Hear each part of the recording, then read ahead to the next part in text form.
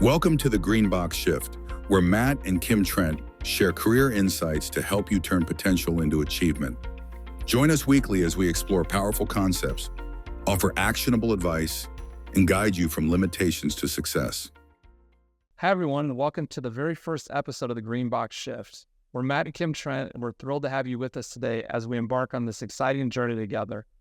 That's right. We created this podcast because we're passionate about helping people just like you transform their careers by moving from what we call the red box of limitations to the green box of opportunities. But before we dive into the topics we'll be covering in future episodes, we want to lay a strong foundation by introducing you to the three core concepts that will guide everything we discuss here on the GreenBox Shift. These three concepts, personal intellectual capital, the platinum rule, and red box to green box, are the pillars that will support all the insights and advice we'll be sharing with you. They're not just abstract ideas, they're practical tools that you can use to navigate your career with purpose and confidence. In today's episode, we're going to break down each of these concepts, explain why they're so important, and show you how they'll apply to your career no matter what stage you're at. Our goal is to give you a clear understanding of how these ideas can help you turn your potential into real, tangible achievement. By the end of this episode, you'll see how these concepts fit together like pieces of the puzzle, creating a roadmap for your career success.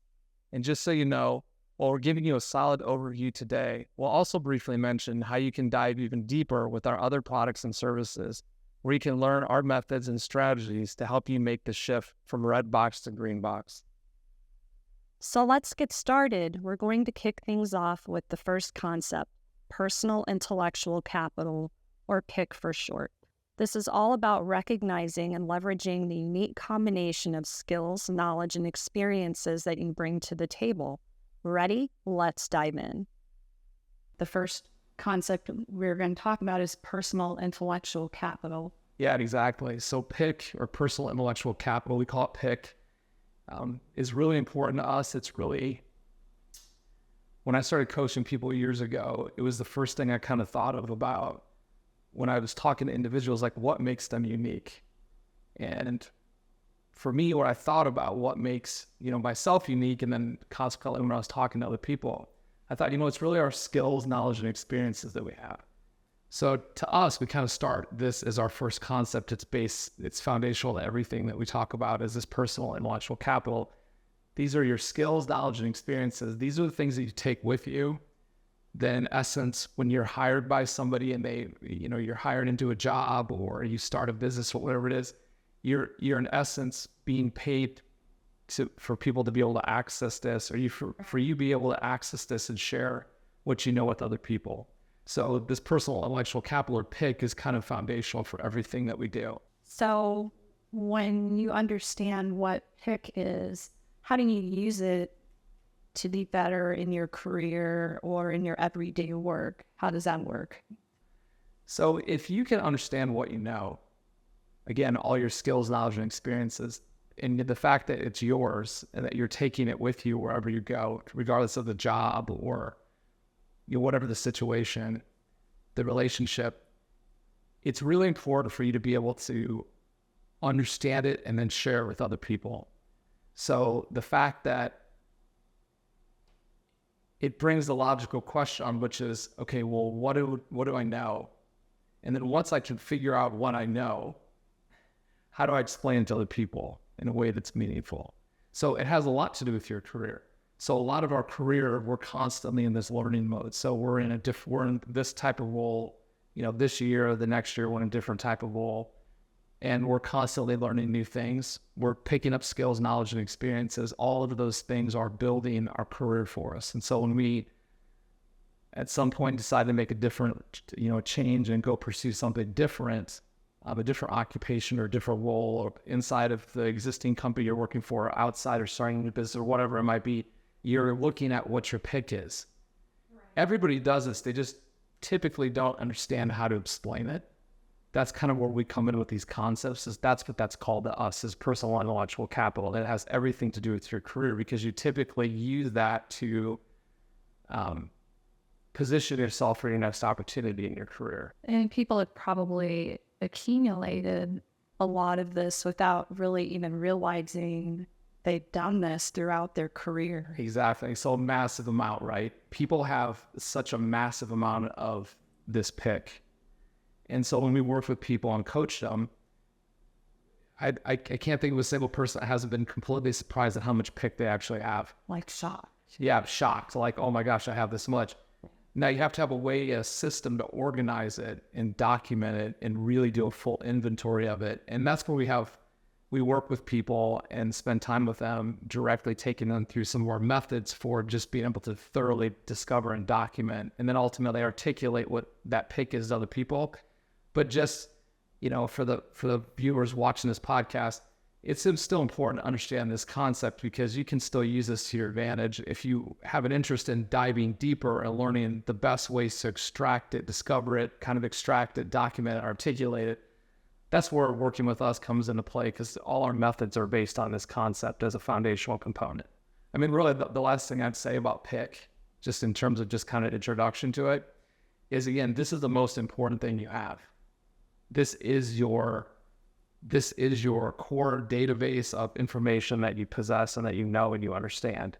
So it's yours, it's nobody else's. So it totally goes with you wherever you go. So if you find yourself in a situation where you're not really enjoying the role that you're in, or maybe unfortunately you've suffered like a job loss or something like that. Right.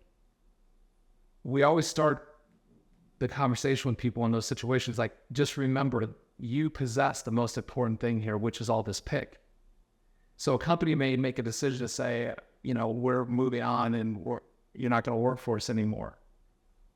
Well, the first thing we tell people is, let's understand what you know so you can understand it as well, gain confidence from it, because that's what you need to take to the next opportunity. So there are a lot of people who, you hear these stories about, oh, I was with this, this person had this really great career, and then they lost everything. They lost their job, and then they went out and started a new business. Yeah.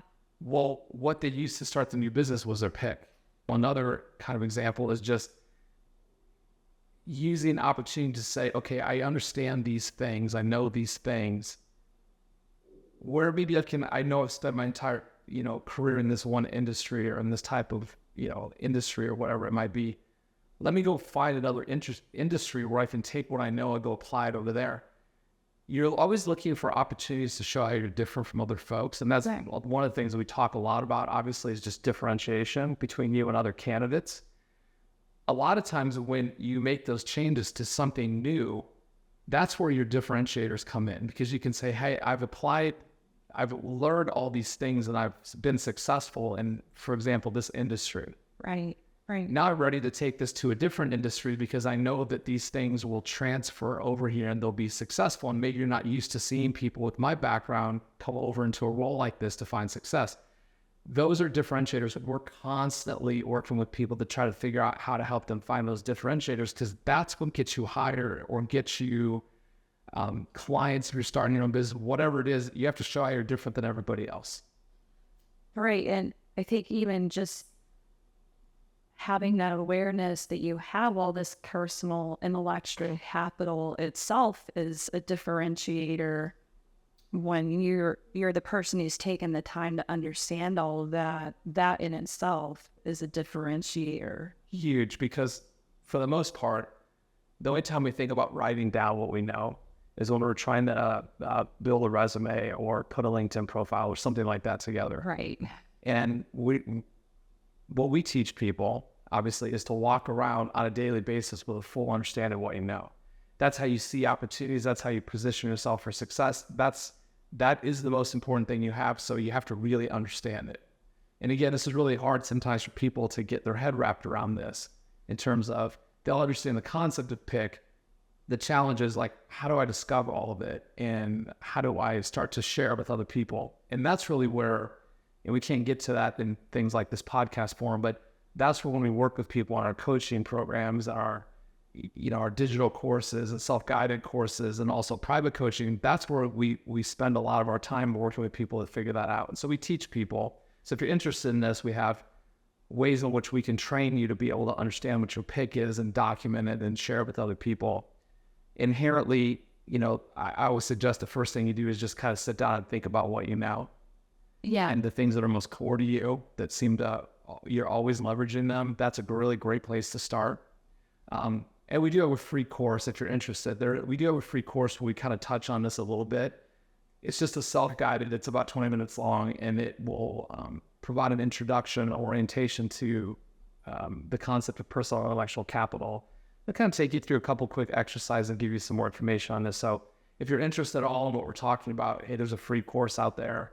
If you're interested in really diving deeper, we'll talk about that later in terms of how you might engage us on that. But there's a lot of information that we have on our site and other places that'll give you some more information around pick than what we've shared here today. So the next thing we wanted to talk about is what we call the flattened rule. It's the flattened rule of communication. Most of us have heard of the golden rule. Right. From the time you were kids, right? Yeah, treat others the way we want to be treated, basically. You can apply it to communication, right? But what we like to talk to people about is the flattened rule. So that's treat others the way they want to be treated, or communicate with others the way they want to be communicated to. Right. The underlying component, though, that's necessary to make a shift from the golden rule to the flattened rule is observation. You have to be able to observe other people because you have to understand what they're looking for. So if you just walk into a conversation and you just think, well, I know what I like in communication, I'm just going to use that when I meet this new person. Like most people. Yeah, most people do this, right? Yeah. The problem is, and we see this over and over again, when people go into job interviews and they'll describe, hey, that was a great job interview, we just clicked. Well, it just happened that they were applying the golden rule and they just happened to be applying it to another person that was similar to them, and so the conversation clicked. Well, and you've seen this enough too. Yeah. What happens when people go on those conversations and they come back out and they go, that was an awful interview. I just didn't feel like I made a connection with the person. It just didn't seem like we were speaking the same language. It was just so awful. And that's happened to me, not in an interview necessarily, but yeah, but that's happened to me before. Yeah. I mean, it happens to every one of us. I mean, this isn't anything, we're not talking to everyone out there and going, oh, we haven't experienced this ourselves, right? Right. So that's where the flattened rule comes in, is you have to be able to make observations. Again, even if you don't take anything else away or ever look at any of our other content or understand our services, I would just say that between pick and the flattened rule, these two things will set you off in a place that you'll be better off than other people that aren't even aware of this, right? Because that flattened rule is so key. If you can just make the adjustment, even if it's just to slow down and listen to somebody else for a second and go, what is this person stylistically, how are they communicating? And you can just get yourself to slow down a second and then try to figure out how to mimic how they're delivering things to you. Bottom line, that's just a base level way to do this. Now, we have some more techniques that we teach people. Our whole thing, right, is that we want people to be able to go into a room within the first couple of minutes of meeting complete strangers, feel like they've been able to pick the communication lock and really have an amazing conversation. That it doesn't matter what the person's style is, how they're communicating, anything, that person walks out with full confidence going, I can adjust to anybody. I can adjust to multiple people in the room. But it all gets back to the same core concept, which is the flattened rule. If you strive to apply the flattened rule, your communication is going to be much more successful than if you're applying the golden rule, because not everybody wants to communicate the way that I do, right? Right. Or you do, or yeah. So when we get in that situation, we're trying to force that on other people. That's where the breakdowns happen. And again, people that we've worked with in the past that have used this, that's one of the big things they take away. It's just like, wow, I understand this concept pick. Now the flattened rule is huge for me now because I'm going into conversations with people that maybe I just don't know. The last topic is red box to green box, which is really pretty core to who we are. Huge. Our name was, yeah, we took our name off of this, right? And I should say, everything like we're talking about here is things I've been using for whatever reason. I just kind of figured these things out over my whole 30-year career. And most of these things I figured out kind of in the beginning, and I just kind of worked on refining them. And then I worked with people that I was managing or whatever my role was with other people, peers or whatever. And I would share some of these tips and techniques with them. And then people kind of got interested in that. And then we built a whole coaching practice around that and started to work with people and formally train them on all these things. So red box or green box is another one of those. It's the third concept here for this conversation today. But red box or green box is basically, red box is the known area of something. Right. Okay. The green box is the unexplored areas. I'll give you probably a really good way to describe this as just an example. Right. So if a company produces a job description, right, the job description is what we call the red box. It's the person hiring or interviewing somebody for that role, or individuals for that role, are using that job description to share what they believe that is important or required for that person at role to perform. right, Right. That's why there's requirements there, and things like this person needs this much education or whatever it might be. Those are the known things. The green area is the unexplored area, and that's where we find that kind of the unexplored needs come out. So when you can address somebody's known area, right, that says, okay, well, I understand what you're looking for. I understand what the conversation's about. It's this red box that's known. We're all understanding how to talk about what the scope of this is. the hard requirements. Hard requirements. This is known. When people look at something or understand and go, okay, this is base level. These are the things that need to happen with this.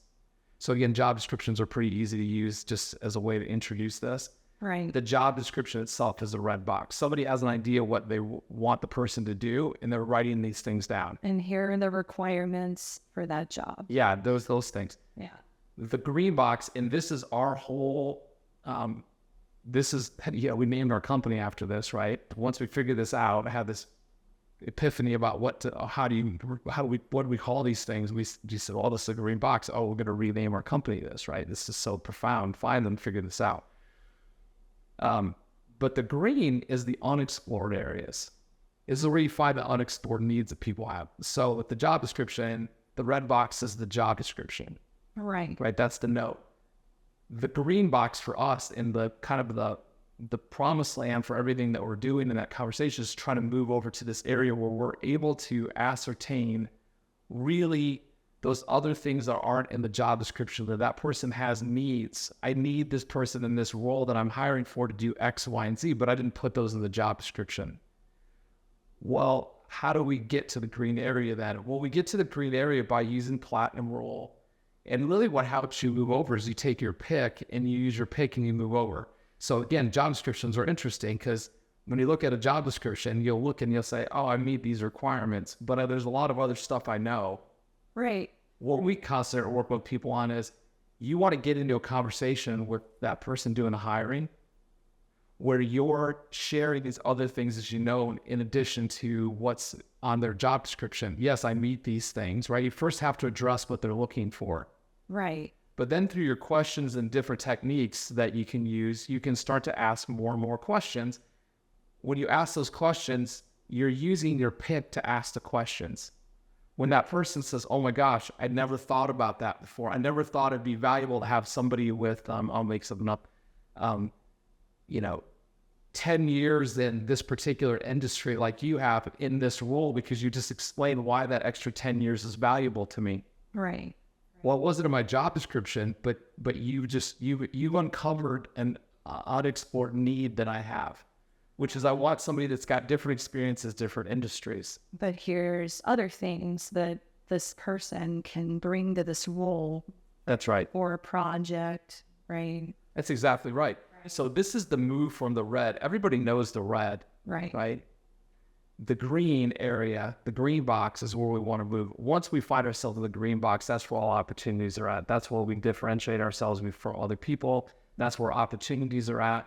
People listen to what we have to say and they go, my gosh, this person really transcended what I had in the job description, but there's so much more they can do. Right. I'm really interested in hiring that person because there's all these other things they can do in addition to just what I had in a job description. Again, you can apply red box and green box in anything. This is just one example of it. Right. It doesn't have to be just interviewing for a new job. It can be like you want to be put on a special project and in your current job, or maybe there's a job within your company or promotion opportunity. So, and the reason why these concepts are here and they all tie together, right? Because first you have to understand what you know and then be able to take somebody in a conversation from the red to the green. But to do that, you need to use those communication best practices. Exactly right. Exactly. No, I think They all fit together. exactly the red to green box, you can apply it to really anything. I mean, I can think of 100 different examples where people, and you mentioned one of them. That's a really good one, Kim. I'm glad you mentioned that. Like projects. So if you're sitting at work and you're going, hey, I really want to find a way to advance in my career. And I see that there are opportunities that pop up and I just don't know how to approach those things, right? Well, the red box, in essence, becomes, hey, what somebody's expecting the person that's going to work on this other project to understand or do. The green box is when you look at what's known, or the red box, you go, okay, I can do those things. But also let me tell the decision maker, there's other things that I bring with me. There's other skills, knowledge, and experiences, other pick I bring with me that can help make this even better if I'm involved in it. Right. Well, that's how you create opportunity for yourself. Because people, you're educating them on what you know, because not everybody understands what you know. So if you share that proactively with people in the context that, again, we first want to address what they believe to be the red box of the know of something. Right. I need somebody to lead this project. Okay, well, they have a whole bunch of expectations about what they want that person to do leading the project, right? What we would say, though, is that when if you think you're suited to do that, that's awesome. But what you also want to do when you're having that conversation about you throwing your hat in the ring, going, I want to be in that role of doing that. Let me also take some of these other things that I know and understand, and let me add those to the conversation. So I've thought about these ahead of time, thinking, well, I know this is about leading a project, but I also know that I've got these other things that I've done that will help me and give me an advantage in terms of how successful I can be in that role, because I know these other things. Right. That could be a whole bunch of things. That could be your education. That could just be your skills or knowledge or whatever it might be, or experiences, where you just have a way to understand that. You think about what that person's looking for, which is the red box. And then you take those things and you get them over into the green box. Again, when we move people into the green box, decision makers to green box, we are showing our differentiators, and we're more likely to be selected to do something because they understand that we're going above and beyond what kind of was put in the original box. Right. We've expanded things out based on what we know. Again, this is why we say your pick is the most important thing you have. Oh. Because that pick, coupled with the platinum rule, is allowing you to move from this red box over into these green box areas and really understand what their unexplored needs are.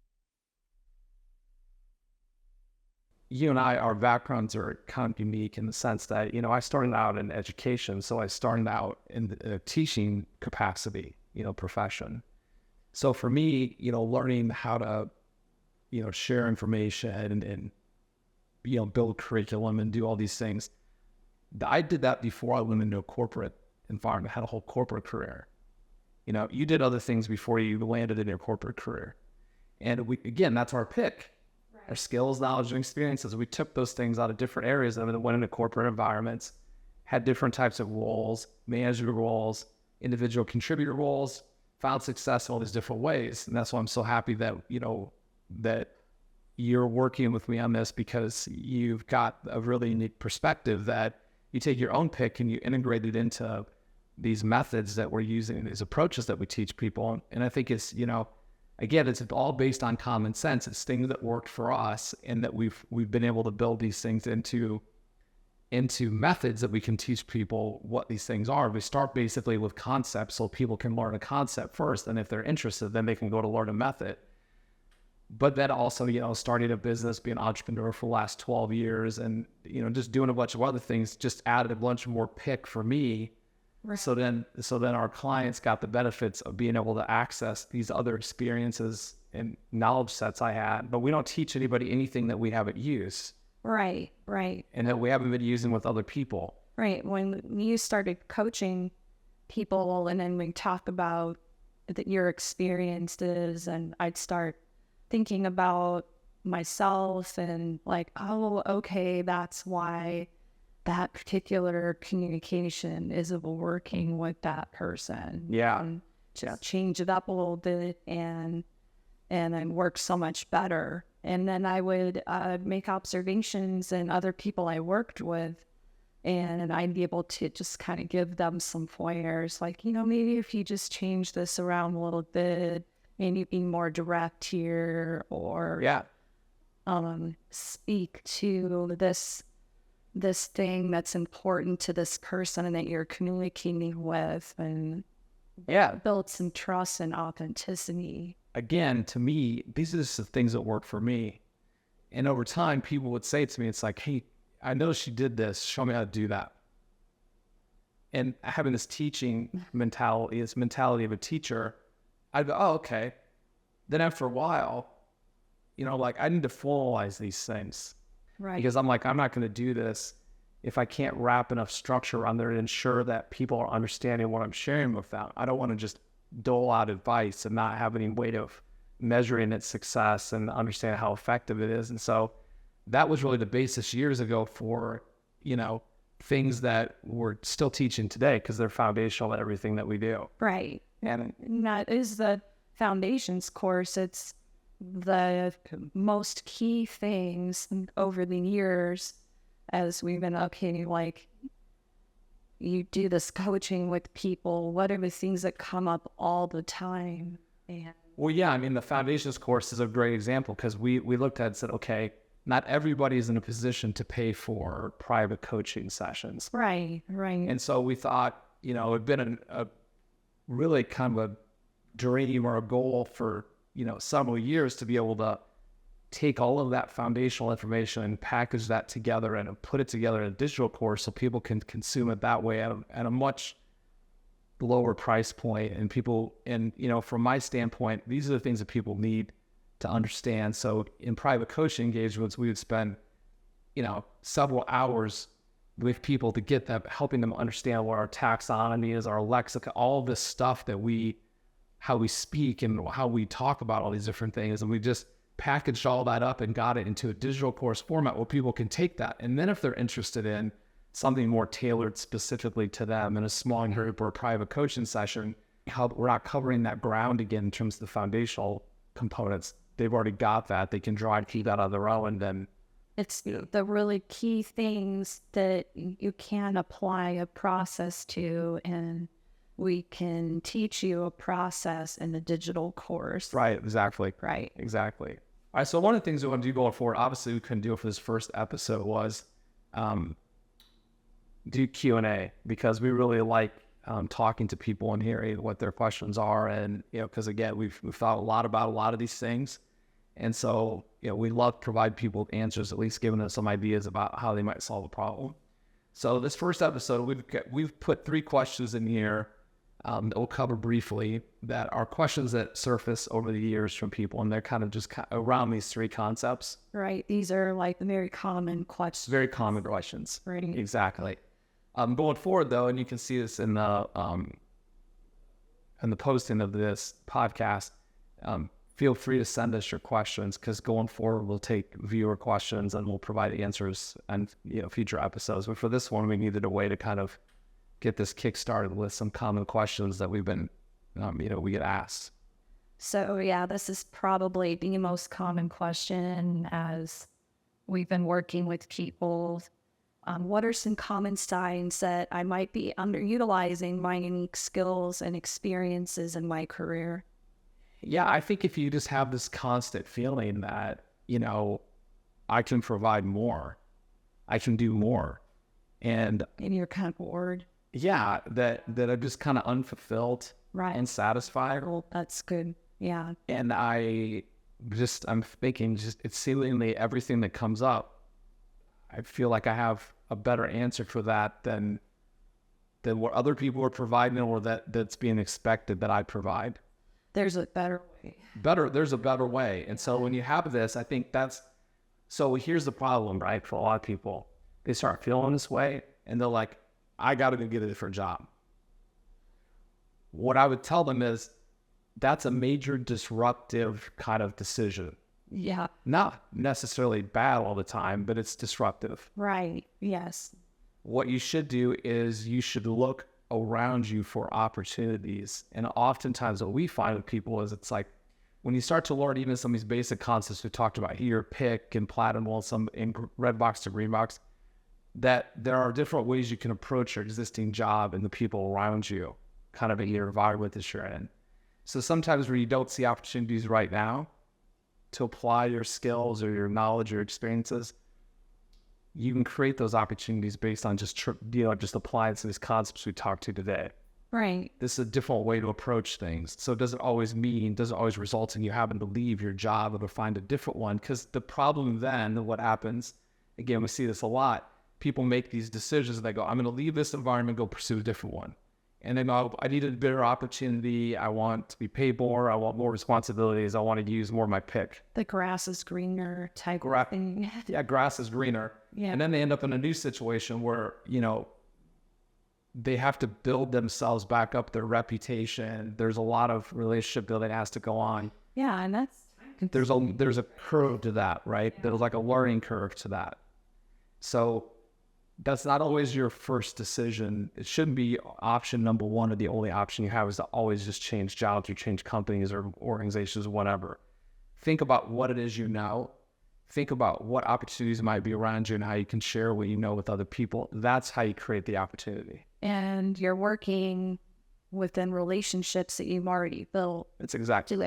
But right, maybe if you're feeling kind of stagnant or you're seeing areas that you can use your knowledge to make something work better, but the challenge is the person you might have to talk to address that. That's where you would use these advanced communication skills, right, to have that conversation with that person to suggest these changes, and that can ultimately result in you being given the opportunity. That's exactly right. A really common question that comes up: what are effective ways to enhance my professional relationships and communication at work? Well, it's kind of piggybacking off of what we talked about in this episode today. I think it's just observing when you can slow yourself down and just observe the people around you and how they're communicating. Right, right. And I just tell people, hey, before you learn all these great techniques and tactics that Matt and Kim will show you, the most basic one is if you just observe and then start to mimic what you're observing in the other person. These are just kind of a low level. It's kind of an elementary way to do some of the things that we teach people, but it's nice little entry points here. You're making adjustments in your communication with other people. Right. And you'll find that most people will reciprocate. When they think the conversation is good and they're understanding that you're making adjustments, they're more likely to make an adjustment back to you. So then you kind of find the happy medium that you kind of exist in, where communication, maybe you've had communication challenges with each other, those start to be eliminated or at least lessen the negative impact. Right. So, I think it's all about, professional relationships are all about communication. Communication is the foundational component to everything. Right. If we're in a room with another person and we never speak with them, or that we never communicate in any way, there is no relationship. Right. So it's all based on communication. So you want to find the most effective way. Simply just introducing you to this basic concept of the platinum will work wonders for most people who aren't doing this today. Well, right. And not just you to another person, but the next level up, when you get really good at it, and especially if you're in a leadership role, you can look at people on your team, and if things aren't working right between a couple people, you can determine what that problem is too, because you're looking at the two people's or multiple people's communication styles and maybe, suggesting some alterations in approach so those relationships are working better and your team functions better. Yeah, exactly. So to your point, it's not just about you and one other person in communication. You can kind of step out of the way and observe other people, almost a third party fashion, help broker things and make improvements with the people working around you. Right. And whether you have management responsibility for those people, or they're just your peers, or you're just working together on some effort. Anything that we can do to improve communication is gonna, it's gonna facilitate greater levels of success, because it's the number one thing that people encounter and why things break down. Right. You go a long ways in solving that, and all of a sudden, you start to hit different levels of success because that big impediment's been removed. Right. How can I tell if I'm ready for a change in my career, and what initial steps can I take to explore new opportunities? Well, I think this is a little bit like one of the other questions we answered, but I think, how do you know it's time to make a change in your career? So when you feel like, hey, I'm really gotten the most out of whatever I'm doing right now and I'm ready to do something else, you first start with, let me examine what I know, and let me figure out my next opportunity I want to pursue. How much am I going to use what I know in that new job or that new role? Right. And then what is my opportunity for growth? What additional pick am I going to be able to add to kind of my repository of pick if I make this change? So these are all things that when you're thinking about what you want to do next, right, again, don't automatically think that means you have to leave your existing organization, do something. There could be opportunities to use your pick all around you that could lead to promotion and career advancement and other things.